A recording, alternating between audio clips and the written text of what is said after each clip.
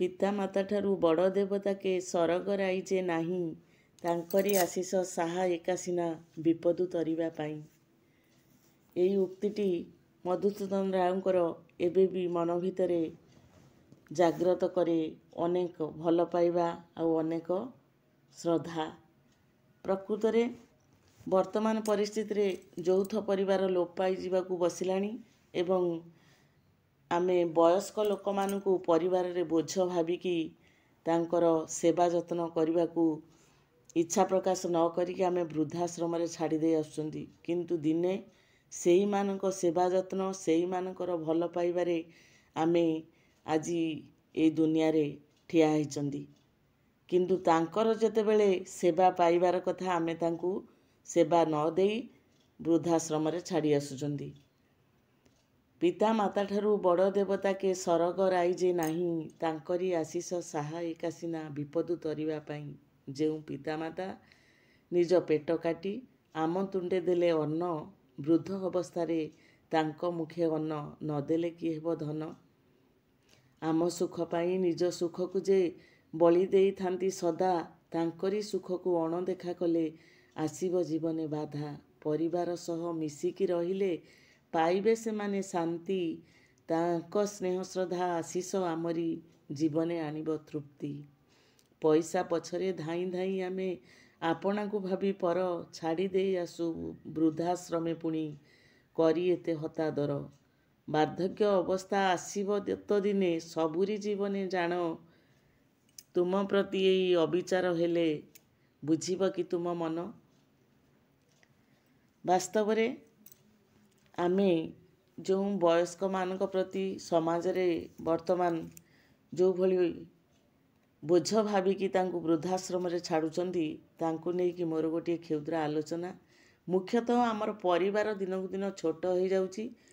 ଯୌଥ ପରିବାର, ପ୍ରତ୍ୟେକ ଘରେ ଘରେ ପରିବାର ଭାଙ୍ଗିକି ଖଣ୍ଡ ବିଖଣ୍ଡିତ ହୋଇଯାଉଛି। ଯୌଥ ପରିବାର ଆଉ ନାହିଁ। ତେଣୁ ଗୋଟିଏ ଛୋଟିଆ କଥାଟିଏ ମୁଁ କହିବାକୁ ଯାଉଛି। ଥରେ ଜଣେ ଯାଇଥିଲେ ଫଳ ଦୋକାନକୁ ଏବଂ ଅଙ୍ଗୁର କେଜି କେତେ ବୋଲି ପଚାରିଲେ। ସେଠୁ ସେ ଦେଖେଇଲେ ଝଡ଼ି ଯାଇଥିବା ଅଙ୍ଗୁରକୁ, କହିଲେ ୟାର ଦାମ ହେଉଛି 80 ଟଙ୍କା, ଆଉ ଏଇ ପେନ୍ଥା ଅଙ୍ଗୁର ୟାର ଦାମ ହେଉଛି 120 ଟଙ୍କା। ତାପରେ ସେଇ ଫଳ କିଣି ଯାଇଥିବା ଲୋକ ଜଣକ ତାଙ୍କୁ ପଚାରିଲେ, ଏଇ ଜିନିଷର ଝଡ଼ା ଅଙ୍ଗୁରର ରେଟ୍ କାହିଁକି କମ୍? ଏ ତ ପଚି ନେଇ ଭଲ ଅଛି, ୟାର ରେଟ୍ କାହିଁ କମ୍? ଆଉ ଏ ପେନ୍ଥା ଅଙ୍ଗୁରର ରେଟ୍ କାହିଁ ଅଧିକ? ନା, ଏଟା ପେନ୍ଥାରେ ରହିଛି ବୋଲି ଲାଗିକି ତାର ଦାମଟି ଅଧିକ, ଆଉ ଝଡ଼ି ଯାଇଥିବା ଅଙ୍ଗୁରର ଦାମ ହେଉଛି କମ୍, ଗୋଟି ଗୋଟି ହେଇଯାଇଛି। ତେଣୁ ଠିକ୍ ଏଇଭଳି ଆମ ପରିବାର, ଆମେ ଯଦି ଗୋଟିଏ ପରିବାରରେ ମିଶିକି ରହିବା, ଜଏଣ୍ଟ ଫ୍ୟାମିଲିରେ ରହିବା, ଯୌଥ ପରିବାରରେ ରହିବା, ତାହେଲେ ଆମର ଭ୍ୟାଲୁ ବଢ଼ିଯିବ। ସେଇ ଜିନିଷଟାକୁ ଲକ୍ଷ୍ୟ କଲେ ଆମେ ଜାଣିପାରିବା ଯେ ପରୋକ୍ଷ ଭାବରେ ଏଇଟା ହେଉଛି ତାର ଉତ୍ତର। କିନ୍ତୁ ଆମେ ଯଦି ଖଣ୍ଡ ବିଖଣ୍ଡିତ ହୋଇଯିବା, ତାହେଲେ ଆମେ ପରିବାରରୁ ଅଲଗା ହେବା ବା ଦୂରେଇ ଯିବା ବା ଗୋଟି ଗୋଟି ହେଇଯିବା, ତାହେଲେ ଆମର ମୂଲ୍ୟ ବି କମିଯିବ। ତେଣୁ ମୂଲ୍ୟ କମିବା ବଢ଼ିବାଟା ଯେତିକି ଗୁରୁତ୍ୱ ନୁହେଁ, ଆମେ ପରିବାରରେ ରହିଲେ ଆମେ ଯେଉଁ ଜିନିଷଟା ହରେଇ ଦେଉଛନ୍ତି ଖଣ୍ଡ ଖଣ୍ଡ ହେଇଗଲା ପରେ, ଯୌଥ ପରିବାରରେ ଆମେ ଯେଉଁ ଜିନିଷଟା ମିଳିବା କଥା ଆମେ ଏକାନ୍ନବର୍ତ୍ତୀ ପରିବାରରେ ପାଇପାରୁନାହାନ୍ତି। ସେଇ ଜିନିଷଟା ଉପରେ ଆଜି ରହୁଛି ପ୍ରସଙ୍ଗ ଆଲୋଚନା। ଶ୍ରୋତାବନ୍ଧୁମାନଙ୍କୁ ଅନେକ ଅନେକ ଶୁଭେଚ୍ଛା ଓ ଶୁଭକାମନା। ଆଜି ଏକ ସ୍ପର୍ଶକାତର ପ୍ରସଙ୍ଗ ଉପରେ ମୋର ଆଲୋଚନାଟି ହେଉଛି ଯୌଥ ପରିବାର। ବର୍ତ୍ତମାନ ଯୌଥ ପରିବାର ଧୀରେ ଧୀରେ ସମାଜରୁ କମି କମି ଆସିଲାଣି ଏବଂ କେହି ଆଉ କାହା ସହିତ ମିଶିକି ରହିବାକୁ ଚାହୁଁନାହାନ୍ତି କି କାହା ସହିତ ଆଡ଼ଜଷ୍ଟ କରିକି ନିଜେ ଚଳିବାକୁ ଚାହୁଁନାହାନ୍ତି। ସମସ୍ତେ ଭାବୁଛନ୍ତି ଆମେ ସ୍ୱାଧୀନ ଭାବରେ କେମିତି ବଞ୍ଚିବୁ, ଆମେ ସ୍ୱାଧୀନ ଭାବରେ ନିଜ ଇଚ୍ଛାରେ ଖାଇବୁ, ଇଚ୍ଛାରେ ବୁଲିବୁ, ସବୁକିଛି କରିବାକୁ ଚାହୁଁଛନ୍ତି। ଯାହାଫଳରେ କି ଛୋଟ ଛୋଟ ପିଲାମାନେ ପରିବାରରୁ ଯେଉଁ ଜିନିଷଟା ଶିଖିବା କଥା, ଯେଉଁ ସ୍ନେହ ମମତାଟା ପାଇବା କଥା ଏବଂ ଯେମିତି ସମାଜରେ ଚଳିବା ପାଇଁ କିଛି ଜୀବନରେ ଯେଉଁ ପଦକ୍ଷେପ ଗୁଡ଼ା ନେବା କଥା ସେଗୁଡ଼ା ସବୁ ସେଥିରୁ ସେମାନେ ବଞ୍ଚିତ ହେଉଛନ୍ତି। କେବଳ ପାଠ ଆଉ ପାଠ, ନା ପଡ଼ିଆକୁ ଖେଳିବାକୁ ଯାଇପାରୁଛନ୍ତି, ନା ପରିବାର ଭିତରେ ଅନ୍ୟ କାହା ସହିତ ମିଶି ପାରୁଛନ୍ତି। ତେଣୁ ପରିବାର ଛୋଟ ହୋଇଗଲା ବେଳକୁ ସେଇ ନିର୍ଦ୍ଦିଷ୍ଟ 2-3 ଜଣ ଲୋକ, ଆଉ ସେମାନେ ତାଙ୍କ କାମରେ ବ୍ୟସ୍ତ ରହିଲେ, ଇଏ ଆ କାମରେ ରହିଲା। କେବଳ ପାଠପଢ଼ା ପାଠପଢ଼ା ପାଠପଢ଼ାଟାକୁ ଆମେ ଯେତିକି କେବଳ ପୁସ୍ତକରୁ ଯେତିକି ପାଠ ଆମେ ଶିକ୍ଷା କରୁ, ଆମର ପରିବାର, ଆମର ପରିବେଶ, ଆମର ଗାଁ ଗଣ୍ଡା ସାହି ପଡ଼ିଶା, ଦେଶ ଦୁନିଆ, ୟା ଭିତରେ ବି ଆମକୁ ବହୁତ କିଛି ବାହ୍ୟ ଜ୍ଞାନର ଖୋରାକ ମିଳିଥାଏ। ସେଇ ଜିନିଷ ଗୁଡ଼ା କେବଳ ଆମେ ପୁସ୍ତକରେ ବାନ୍ଧି ହେଇକି ରହିଲେ ସେଇ ଜିନିଷ ଗୁଡ଼ା ଆମର କମି ରହିଯାଉଛି।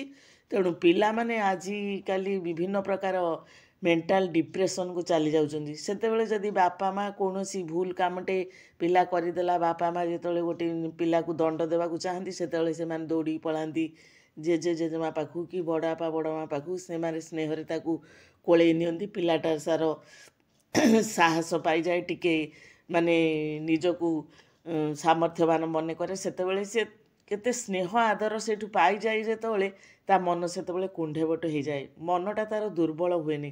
ଯାହା ହଉ ମୋତେ କେହି ଜଣେ ମୋତେ ଭଲ ପାଉଛନ୍ତି। କିନ୍ତୁ ବର୍ତ୍ତମାନ ପରିସ୍ଥିତିରେ ସେଇ ଜିନିଷ ଗୁଡ଼ାକ ଧୀରେ ଧୀରେ ହଜିଯାଉଛି।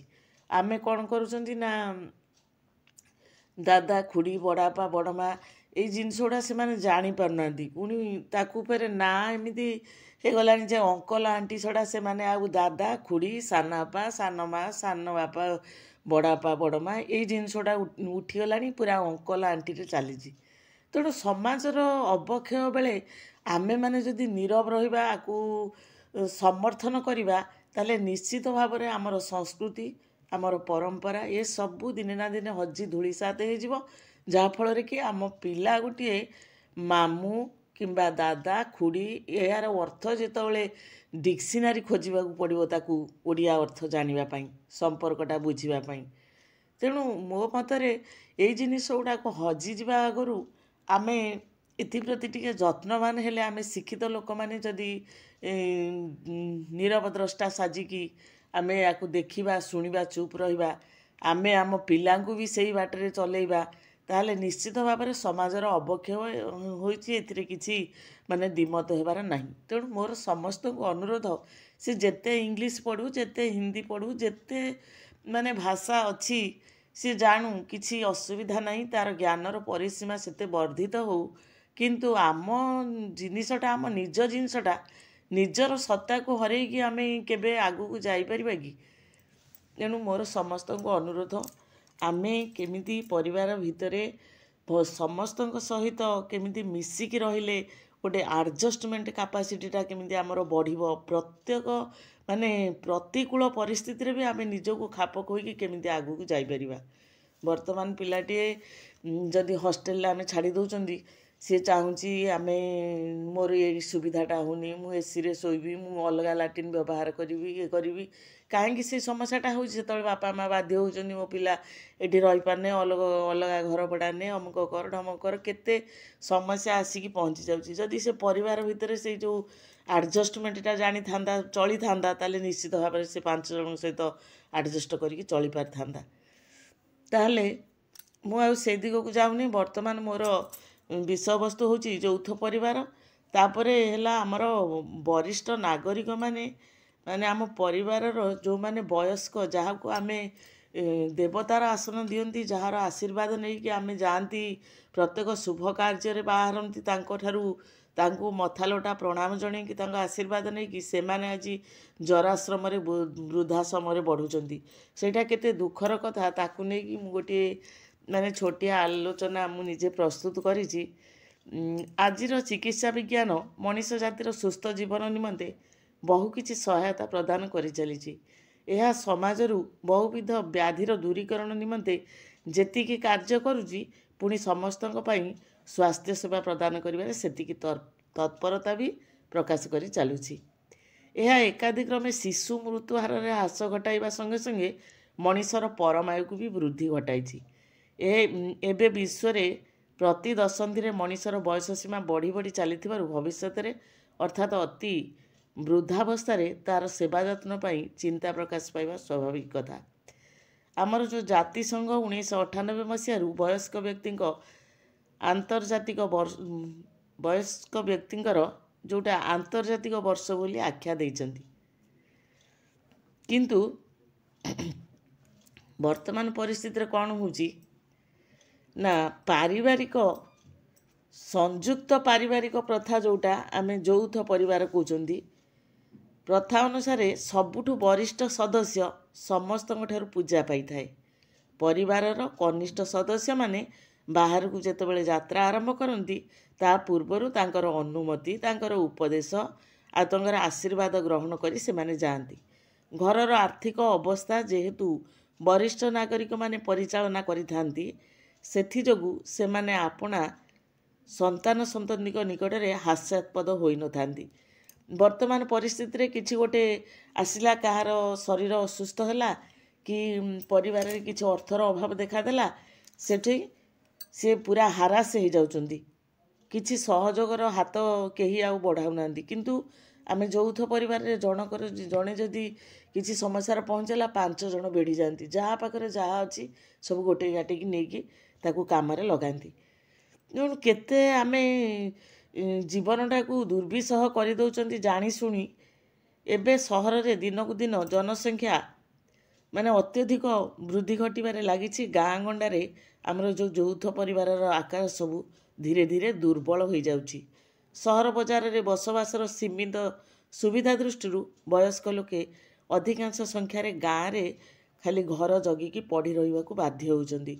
फल आर्थिक स्थिति नुआ दायादंका हाथ में सहरर परिचालित यहाँ हो पारु नाही।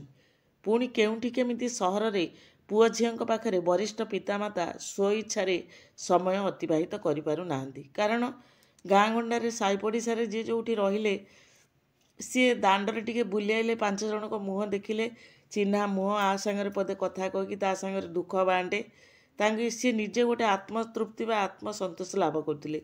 किंतु सहर मानकरे जो बापा माँ माने भी रहीकि जाउचंदी वरिष्ठ नागरिक माने गोटे घरे पशि रोचंदी कहा मुँह केही देखिबार नाही किए का दुख सुख बुझीबार नाही कहा पाखरे कथा पदे कहबाकू समय नाही कहा पाखरे निजर मन भाव को प्रकाश कर भावार आदान प्रदान करने को तुम कथा शुणा भी कई नाहंती। यही भली परिस्थिति सृष्टि होची। वरिष्ठ और कनिष्ठ सदस्य मानक मध्य जोगाजोगर व्यवधान एका परिवार मध्य भी रक्तर संपर्क को दूर कर दूची। हुए तो कहीं क्या बुझी न पारिबा अन्य एक कारण भी हो पारे। एकांततार अभाव एवं केही सेमानक व्यक्तिगत जीवन सह सामिल न होबार इच्छा जोगु कनिष्ठ माने सेही वरिष्ठ मानक जीवन छायारू दूरे धीरे धीरे दूरे जाउछंती। फल से माने एकाकी अनुभव करचंती। केवल कथारे रही सीना आमर ओल्ड इज गोल्ड गोल्ड किंतु आमे पुराणा को केबे सुना बोली मान्यता दौ नाहंती कि ओल्ड इज गोल्ड कही दउछंती किंतु काम रे करू नाहंती। दिने से माने एही कनिष्ठ मानक पई केते कष्ट स्वीकार करिनथिले। प्रकृत रे आमर आम परिवार बापा माँ जेज जेजमा आमको भलरे खाइबा पई पिंधिबा पई पढ़िबा पई जहाँ भी हो केते से माने कष्ट करिचंती। निजे न खाई आमको खुआइचंती निजे न पिंधि आमे केमिति भल पिंधिबा से चिंता करिचंती। आजी बुढ़ा हो जिबारु बा बुढ़ी हो जिबारु सेमानको अवहेलित तथा उपेक्षित दशा भोगिबाकू वर्तमान पड़ुची। जीवन रे अवसर ग्रहण करिबा परे सेमाने अतीतर वृत्तिकालीन ख्याति को स्मृति रे खेले उपभोग करने चाहती। किंतु कनिष्ठ मानक व्यवहार रे सेमाने आघात पाई सेमानक मनर आनंद कुआडे उभे जाउची। पिता माता आउ संतान मानक मध्यरे थिबा आवेग भरा बंधन धीरे धीरे छिन्न हो जाउची।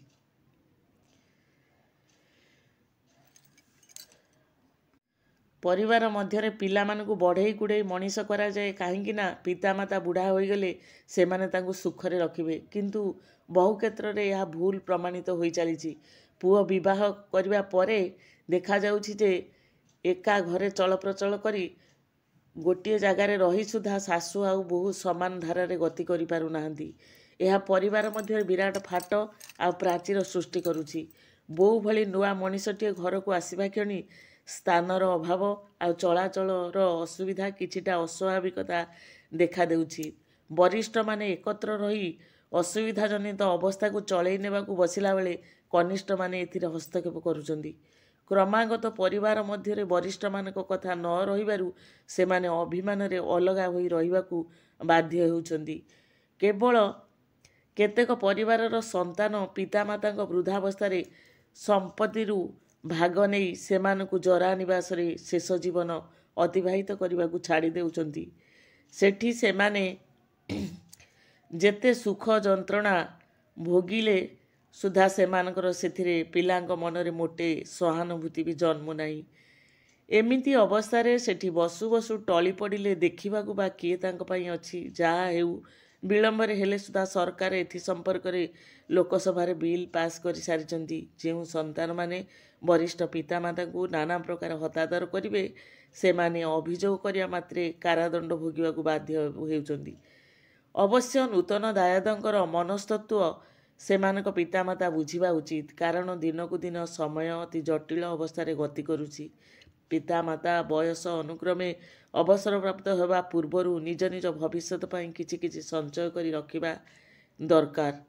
ଫଳରେ ସେମାନେ ଶେଷ ଜୀବନରେ ବେଶୀ କିଛି ଅସୁବିଧା ଭୋଗ କରିବେ ନାହିଁ। ଅବସର ପରେ ମଧ୍ୟ ସେମାନେ ନିଜକୁ ଯଥାଶକ୍ତି ଅନୁସାରେ କାର୍ଯ୍ୟକ୍ଷମ କରି ଜାଣିଲେ ଆର୍ଥିକ ଦୃଷ୍ଟିରୁ ଆତ୍ମନିର୍ଭରଶୀଳ ହେବା ସହିତ ସେମାନେ ପିଲାଙ୍କ ଉପରେ ଆଉ ବୋଝ ରହିବେ ନାହିଁ।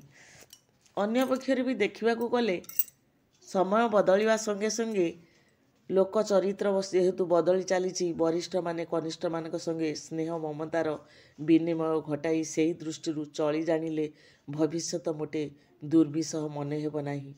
ଦିଲ୍ଲୀ ଭଳି ବଡ଼ ବଡ଼ ମେଟ୍ରୋ ସହରମାନଙ୍କରେ ବରିଷ୍ଠମାନଙ୍କର ଯତ୍ନ ନେବା ପାଇଁ ବହୁତ ସଂସ୍ଥା ଗଢ଼ି ଉଠିଲାଣି। ପାଶ୍ଚାତ୍ୟ ରାଷ୍ଟ୍ରମାନଙ୍କରେ ସେମାନଙ୍କ ଜୀବନକୁ ହାଲକା କରିବା ଉଦ୍ଦେଶ୍ୟରେ ସିନେମା, ନାଟକ, କ୍ରୀଡ଼ା ପ୍ରଭୃତିର ବି ବ୍ୟବସ୍ଥା କରାଯାଇଛି। ଏଥିପାଇଁ ସମାଜର ଭୂମିକା ଏକାନ୍ତ ଆବଶ୍ୟକ। ଆମ ଭଳି ଜାଣିବା ଶୁଣିବା ଲୋକମାନେ ଏଥିପ୍ରତି ସଚେତନ ହେବା ଉଚିତ। ସମଗ୍ର କେବଳ ଜଣେ ନୁହେଁ, ସମସ୍ତେ ଏଥିପ୍ରତି ନିଜ ନିଜର କର୍ତ୍ତବ୍ୟ ପ୍ରତି ସଚେତନ ରହିବା ଦରକାର। ସମାଜ ସନ୍ତାନମାନଙ୍କୁ ବୁଝାଇପାରେ ସେମାନେ ଆଜି ଯୁବା ଅଛନ୍ତି, କାଲି ବି ବୁଢ଼ା ହେବେ, ଅସହାୟ ମଧ୍ୟ ହୋଇଯିବେ, ଇତିହାସର ପୁନରାବୃତ୍ତି ବି ହୁଏ। ଏହା ଭୁଲିଗଲେ ଚଳିବ କେମିତି? ବରିଷ୍ଠ ଦାୟାଦମାନେ ସମାଜର ହେଉଛନ୍ତି ସମ୍ପତ୍ତି। ସେମାନଙ୍କ ଦୀର୍ଘ ଅନୁଭୂତି ଆଉ ସେମାନଙ୍କର ଦୀର୍ଘ ଦିନର ଯେଉଁ କାର୍ଯ୍ୟର ଯେଉଁ ଅସଫଳତା ଆଉ ସଫଳତାର ଯେଉଁ ଜୀବନ କାହାଣୀ ସମାଜକୁ ଅବକ୍ଷୟମୁଖୀ ସଂସ୍କୃତି ମୁଖରୁ ନିଶ୍ଚୟ ରକ୍ଷା କରିପାରିବ। ଏଣୁ ଜରା ନିବାସରେ ବରିଷ୍ଠ ନାଗରିକମାନେ ଯେକୌଣସି ଅବସ୍ଥା ଚକ୍ରରେ ସମୟ ଅତିବାହିତ କରିଚାଲିଲେ ସୁଦ୍ଧା କନିଷ୍ଠ ସନ୍ତାନମାନେ ସେଠାକୁ ଯାଇ ସାମାନ୍ୟ ସ୍ନେହ ଅର୍ପଣ କରି ଆସନ୍ତୁ। ତାହା ହିଁ ତ ପୁଣ୍ୟ। ତେବେ ଘରଠାରୁ ସ୍ୱର୍ଗର ସ୍ପର୍ଶ ଜରା ନିବାସରେ କେବେ ମିଳିବ କି? ଜରା ନିବାସରେ ଯେତେ ଖାଇଲେ, ଯେତେ ପିନ୍ଧିଲେ, ଯେତେ ଭଲରେ ରହିଲେ ମଧ୍ୟ ସ୍ନେହ, ଶ୍ରଦ୍ଧା, ଭଲ ପାଇବା, ନିଜ ପରିବାରର ଆଦର, ଏଇସବୁ ଜିନିଷ ସେଠି କେବେ ମିଳିବ ନାହିଁ। ତେଣୁ ବସ୍ତୁବାଦୀ ଦୁନିଆରେ ସ୍ନେହ ମମତା ଟିକେ ପାଇବା ପାଇଁ ସମସ୍ତେ ବ୍ୟାକୁଳ, କିନ୍ତୁ ଆମେ ଜାଣିଶୁଣି ଏ ଜିନିଷକୁ ହାତଛଡ଼ା କରୁଛନ୍ତି। ଆଲୋଚନାଟି କିଭଳି ଲାଗିଲା ନିଶ୍ଚିତ ଭାବରେ କମେଣ୍ଟରେ ଜଣେଇବେ, ଯାହାଫଳରେ କି ମୁଁ ଭବିଷ୍ୟତରେ ଏଇଭଳି କିଛି ମୂଲ୍ୟବାନ ମନ୍ତବ୍ୟ ଦେବା ପାଇଁ ଚେଷ୍ଟା କରିବି। ଆଜି ପାଇଁ ଏତିକି ରହୁଛି। ଧନ୍ୟବାଦ।